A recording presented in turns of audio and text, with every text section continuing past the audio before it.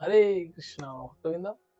তো প্রতিদিনের ন্যায় আমরা আজকে শ্রীমদ ভগবত গীতার প্রথম অধ্যায় বিষাদ যোগের 4 নম্বর শ্লোক আমরা পাঠপূর্বক শ্রবণ করব।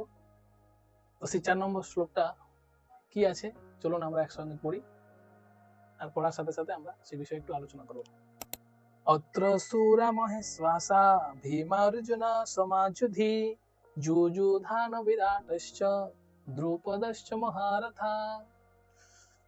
অনুবাদ: এই সমস্ত সেনাদের মধ্যে ভীম ও অর্জুনের সমকক্ষ অনেক বীর ধনুর্ধারী রয়েছেন এবং যুযুধান, বিরাট ও দ্রুপদের মতো মহাযোদ্ধারা রয়েছেন।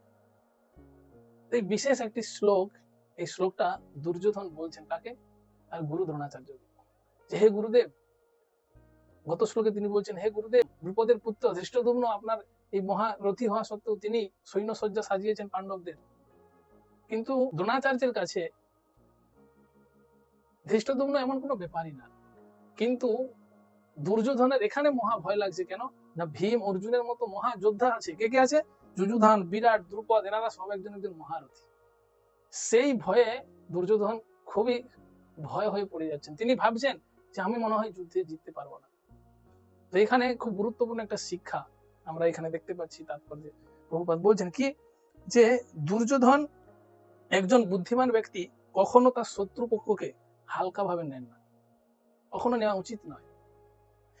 দুর্যোধন পাণ্ডবদের শক্তি ও বীরত্বকে স্বীকার করেছে ঠিকই, এবং আমরা যদি এখান থেকে শিক্ষা পাচ্ছি কি, আমরা যদি কৃষ্ণ ভক্ত হই, আমরা যদি ভগবানের ভক্ত হই, তাহলে দুর্যোধনের মতো আমরা ভয়ে শোকা খুলে ভেঙে পড়বো না।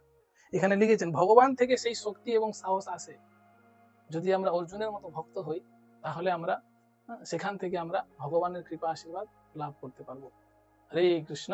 এই শ্লোকে এই কথাটা বলার পর দুর্যোধন পরবর্তী শ্লোকগুলোতে পাণ্ডবদের সমস্ত মহারথীদের এক একজন করে নাম বলবেন, আমরা শুনতে থাকবো। হরে কৃষ্ণ।